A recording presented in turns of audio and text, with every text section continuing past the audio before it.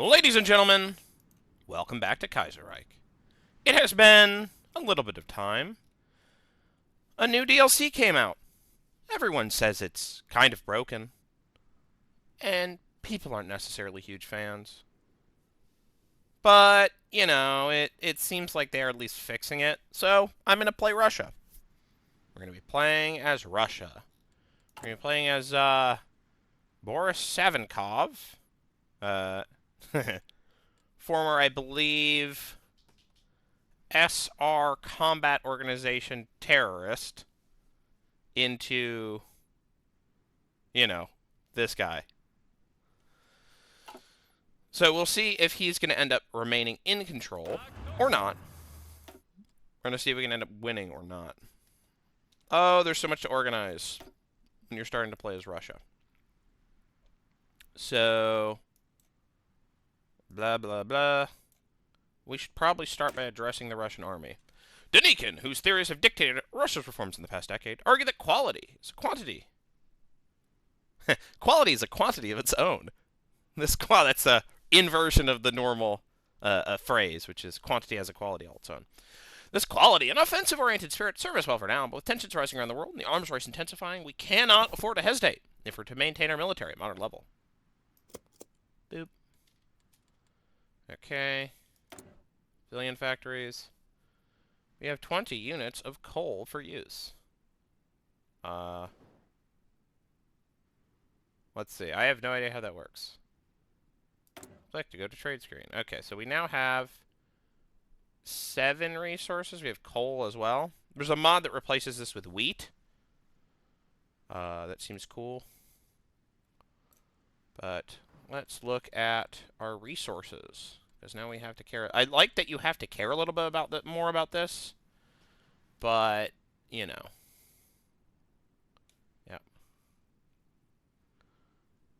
Ugh. Oh, there's coal out east. That's annoying. Oh, there's coal on Sakhalin Island. I did not know that. That's cool. Okay.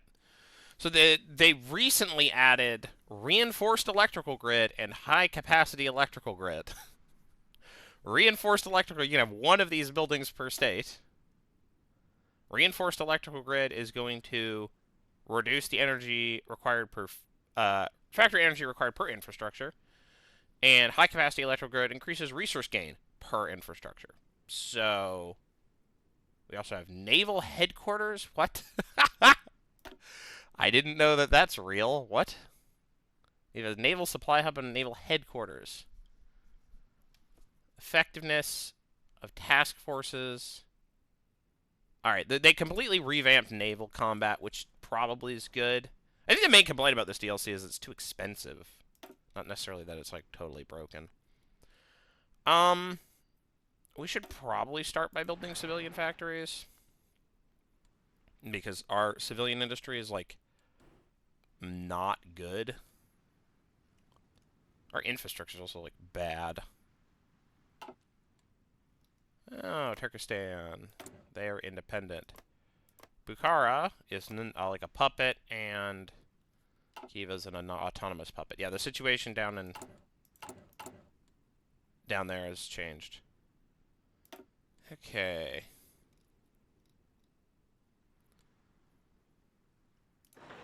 Yeah, so more infrastructure does give you more coal.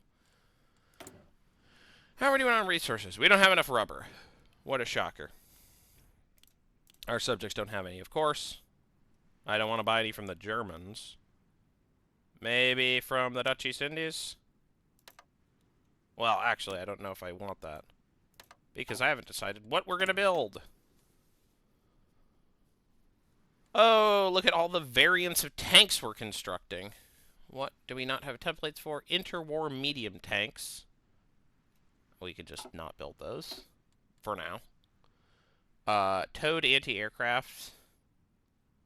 Yeah, I don't think we need those right now. Civilian trains. How are we on trains? We're good on trains. We can just leave that line on 1. More trucks is usually good, but there's a rubber cost to it. I think building them now might be better than building them later. And of course, more equipment is good. More artillery is good. Though I don't I think they nerfed artillery.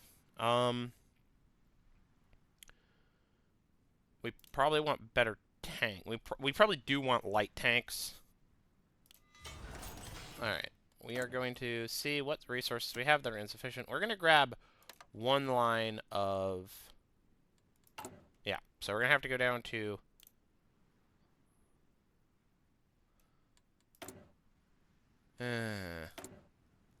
That's frustrating. Oh, an aircraft. Less medium aircraft. That should be enough. Okay. And less interwar close air support and more basic small airframe. And we'll just finish up our ship line.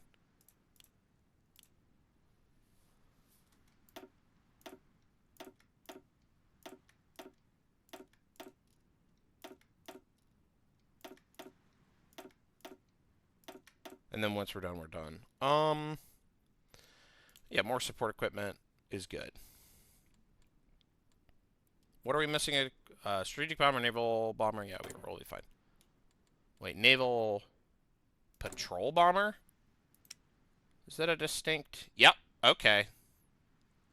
Their patrol planes are like now a distinctive thing.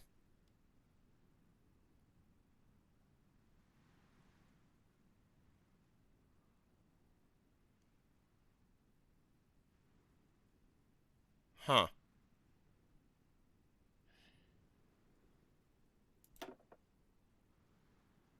Oh, right. This is the faction that has... this is the nation that has the crazy bonuses going on. Uh-huh.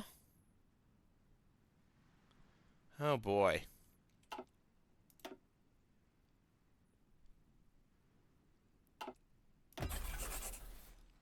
We'll just do that. No, I don't think we need it. Okay, so the trick with Russia, like militarily speaking, the trick with Russia. What a ranger! Oh, that's like a thing now. They're distinct. They're a distinct thing now. Rangers are. They're not just like a thing you add to stuff. Huh. Oh boy. Energy gain per coal. Yeah, there's text for that. Oh, and equipment conversions is just a part of this. Construction. Electromechanical engineering. Yeah, that's just nothing here has changed. Oh.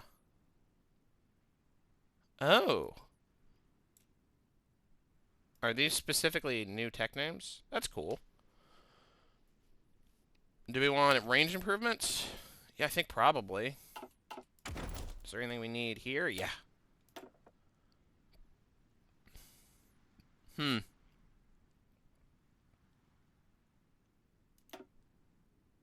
Oh, right. Yeah, the random bonuses to divisions. Okay. Right. I remember this from the last time I played Russia. Okay. This is reduced resource production. What? Alright, whatever. I'm doing TOZ. Okay. This is taking a long time. Facilities, one that's scientist. Great, this is easy. Armored specialist, fast learner, gifted engineer. Probably want to put our gifted engineer. Great. Big artillery triplex. Oh man, these have like they've got like they've got special names. That's so cool. All right. We need to start building guys. And I really do think we just need like line stuff at this point, though. Grabbing some mountaineers is not bad.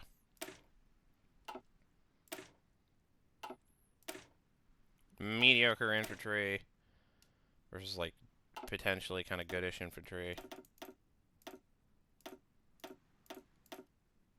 Yeah, I don't really know what to go with. I think probably try to get the goodish kind. It's all very theoretical because we have no infantry equipment or trucks or artillery or support equipment. Okay. Now for our army. Yay. Lev Kornilov. Lev Kornilov.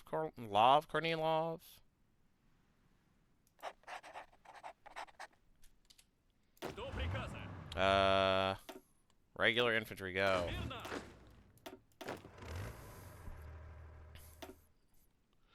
We've got plain guys, generic men. Why do we only have one of these, like, division of MVDs? I'm just gonna change this to, like, a regular division. Like, why do we only have one?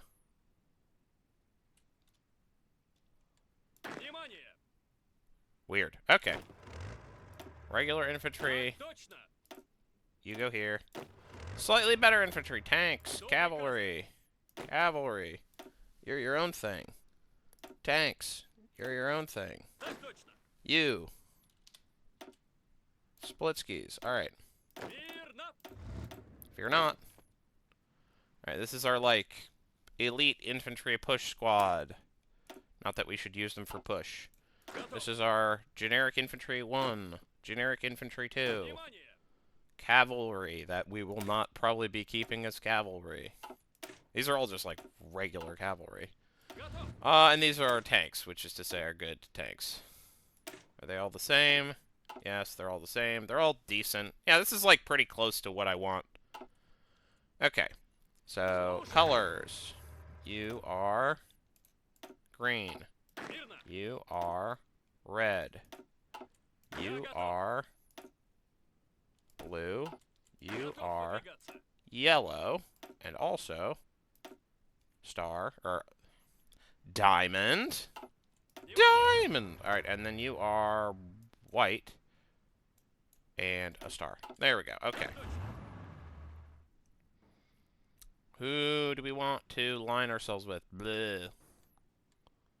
Bleh. Alright. This is all temporary. We want to guard borders. We got our victory points. Fortresses. Supply hubs and railway junctions. Probably not. Probably everything except the coast.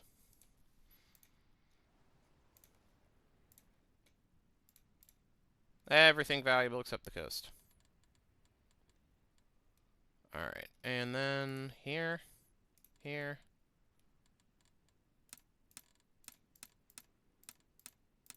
And then here, here, 90. Will that do? Sure, we should deprioritize hubs, forts, air bases, special project facilities. We'll just do borders, and victory points. Okay, whatever. This is all temporary. We did it! We unpaused! It only took us 15 minutes. 2 years ago, in June 1934. Literally 1934. President Boris Viktorovich Savinkov was elected to serve as the 5th president of the Russian Democratic Federative Republic. The election, which led to a doomed majority of far-right coalition of the SZRS and SOR, was a consequence of 2 decades of disappointment and instability. The last nail in the coffin of President Vasily Malikov was the opening negotiations with the Reichsbank over another loan meant to fund another set of land reforms, as the SZRS was promising, but it meant little, as the SZRS had an endless supply of insults to hurl towards the Cadet SR coalition. German lackeys, softness on socialists, failing peasant living standards, falling peasant living standards, not failing peasant living standards, and a humiliated Russia after military adventurism in the Far East. The mood in 1934 was resigned and fearful.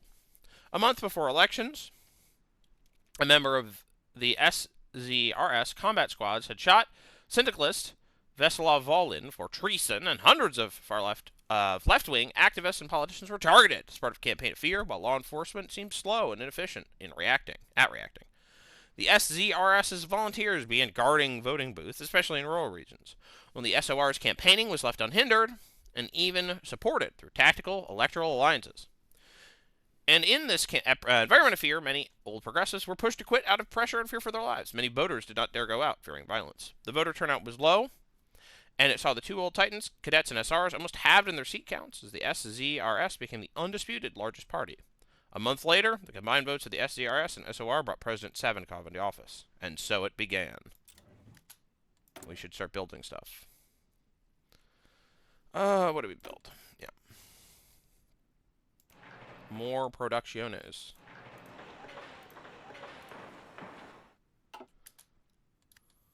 Alright.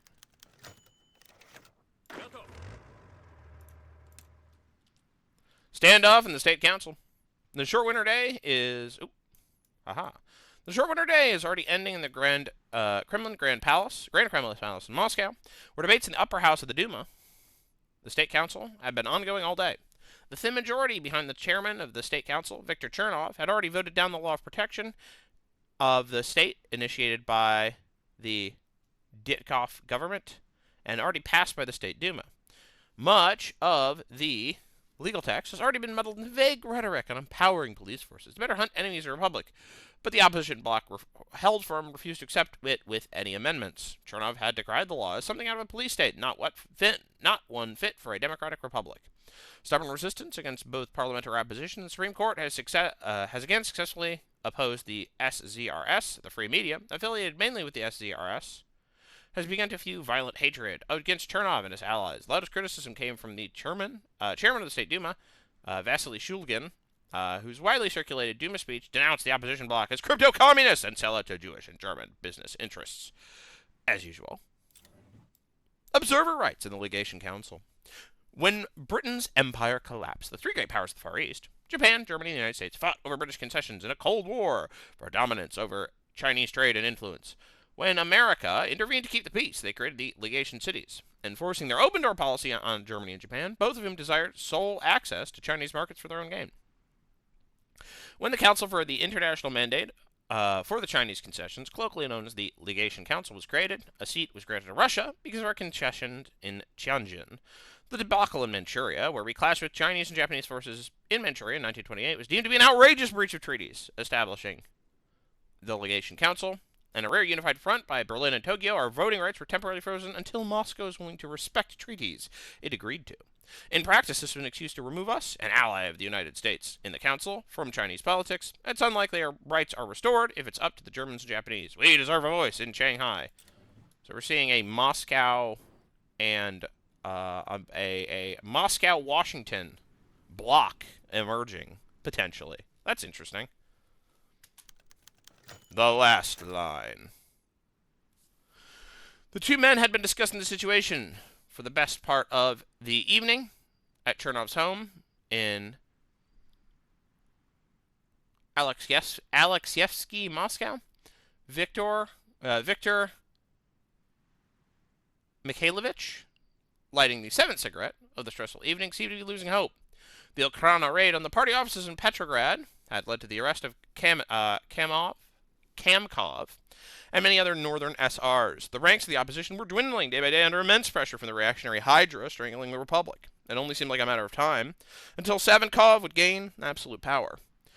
While drinking with Vladimir Richter, an old friend and trusted party secretary, had tried to come up with a way to impeach the president, but the opposition simply did not have the numbers. He even suggested negotiating with the left for a general strike, even if it ended bloodily, like the 1934 protests, and discreetly contacted exiled General Vasily Boldarev, who was living in Berlin. Even in the confines of his own home, the gramophone was playing loudly to drown out the discussion for any potential listeners. Chernov spoke briefly of an officer from Kornilov's staff who had discreetly met with him and proposed a military coup, or rather informed Chernov that if Kornilov goes through with it, he expects the full support of the opposition. The meeting had ended with no real agreement or trust from either side. Vladimir Nikolaevich was thoroughly opposed to the idea, but admitted that it might be the only way the Republic could be saved at this point. Even so, it wouldn't matter if all that happened was simply exchanging one tyrant for another, not that they had the luxury of choice. Perhaps there is still time. The man in the Kremlin. The president was working late. His office was luxuriously decorated and classicist, with portraits of the earlier presidents replaced by fathers of the Narodniks. Boris Viktorovich reacted little as he was listening to Chairman Minister Alexander Ditkov's explanation of the security situation. The Okhrana uncovered a rumor of a possible conspiracy in the military, but despite Director of Security Klepikov's best efforts, nothing concrete was yet found. Boris Viktorovich lit another cigarette and briefly remembered how the two of them had set up a temporary headquarters of the SZRS in the half-collapsed farmhouse in Shenkursk during the Civil War. He thought for a moment and ordered increased surveillance of the Stavka and especially of that Mongolian bastard, which Alexander Adrakovich took to mean Kornilov himself. The president understood the situation was dangerous. The longer Chernov and Nabokov slowed down the consolidation of power, the more time disloyal elements in the military had to plot. Many in the army simply despised the Svodniks as an unwashed mob, as expected from the aristocratic morons who do not know life outside of barracks and palaces. But their time will come eventually. For now, the priority is to destroy and exterminate every threat on the way to absolute power. And fate is on our side. Gets event. 3 shots in the chest. 3 shots in the chest. At 16:30 yesterday, 3 shots from a Korovine pistol were heard that echoed across Russia. Viktor Chernov, the head of the Socialist Revolutionary Party and the chairman of the State Council, was assassinated at the hands of a fellow party member, Nikolai Leondov, a low-ranking SR functionary, shot Chernov in the chest 3 times at the stairs of the Grand Kremlin Palace, killing him instantly. The killer was wounded by police before he could commit suicide and was quickly transported to hospital under heavy guard. The opposition bloc was thrown into disarray by the news. The next day, the deputy chairman, Cadet Nikolai Platonovich Vakar, took the reins, but his position was immediately under fire. He had been initially chosen to compromise the right wing of the opposition bloc, with no one expecting Vakar to actually become chairman. Now he's lauded as an unacceptably right-wing and conciliatory toward the SZRS by the Socialist Revolutionaries and the Radical Democrats, who demanded their own man as Vakar's deputy. It's become clear that Chernov was a linchpin in the opposition in the State Council, and it had been his skill that kept the opposition unflinching. Though he often faced accusations of being too left for his own good, Chernov was the bedrock of the Socialist Revolutionaries, as well as one of the leading architects of the Russian Republic as it exists today. With Chernov's corpse not yet cold, some members of the opposition have already made public statements that indirectly accuse the SZRS, if not necessarily President Savinkov himself, of being behind the killing, or at least allowing it through lax security. Mene Neplerot. Base stability goes down. Viktor Chernov dies. Appoint advisor Alexander Ditkov Darantal with the effect +5 popularity, +5 per popularity gain %. Popularity gain stability modifier +20. Political advisor cost -40. Oh boy. So the sage is set. Collapse of the opposition bloc. With Chernov's death, the opposition bloc is beginning to disintegrate faster than journalists can write about it. An extraordinary session of the SR Central Committee, the left wing was outvoted, and Vladimir Ritker, former party secretary and Chernov's right-hand man, was elected as new chairman of party. As a compromise candidate, he managed to satisfy no one. Despite Richter's insistence on continuing Chernov's work, he has little trust in the left. After the vote, Maria Spiridonovna, Spiridonova, come on, man, of the left faction, commented that the so-called Socialist Revolutionary Party has lost any connection with socialism, and furthermore, with revolution, having decayed to nothing but old reactionaries who lost their ideals 15 years ago. Afterwards, the divide between left and right, which Chernov had only been able to bridge with great skill, split wide open, and those loyal to Spiridonova denounced the parliamentary path which failed, and would instead move into active resistance with anyone who held the spirit of the Socialist Revolutionaries in their chest. Seeing the writing on the wall, more right-wing members of the opposition bloc are now eyeing a compromise with the SZRS. The first one to defect was Nikolai Trubetskoy of the VPP. Hey, it's Trubetskoy, who declared the opposition bloc dead and called on conservatives to instead make peace with more moderate forces in the SCRS. In mere days, the bloc had dissolved into chaos, fear, and repression. Now little stands between Savinkov and his vision of the Third Russia. The dominoes fall. Oh boy. The Totalist Charter. The people must relish this madness. Alright. The Russian Army. Since the humiliating defeat in the Chinese Eastern Railway conflict of 1928 and the subsequent chaos of the Bolshevik Push in 1929, winds of change blew through the Russian army, previously calcified after the victory of the Whites in the Civil War. Commander-in-Chief Lev Kornilov seized the initiative, launching an ambitious program of professionalization, modernization, and rearmament, influenced by the writing of reformist officers such as Nikolai Golovin and the young Colonel Yevgeny Messner. Incompetent or politically involved officers were relieved.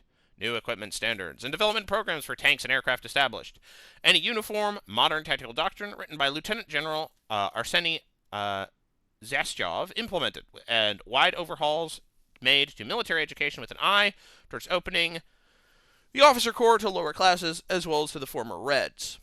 In 1939, the Russian army stands as a force superior to any it borders. And yet, that is not enough. Triumph over Germany in the coming war will require far more, and the timetable is short. However, the path forward is contested. On one end, somewhat disfavored by Kornilov, lies Nikolai Golovin, a prominent reformist since even before the Great War, and his neo-Suvorovian, right, Neo-Suvorov, as in Suvorov, Neo-Suvorovian clique, such as Vasily Pronin and Sergei Nilov, who continue to advocate for ambitious reforms of the Russian command structure and comprehensive military scientific education, and a shift to German-inspired, mission-based, decentralized command with the goal of matching or even beating German tactical performance. On the other hand, a new faction of officers, collectively known as the Black Epaulets, headed by Civil War legend Sergei Markov and theorist Yakov, Slashyov and Yevgeny Messner, who argue for a continuation of the old shock-based offensive tactics of the Civil War, with a new focus on mechanization. Tachno.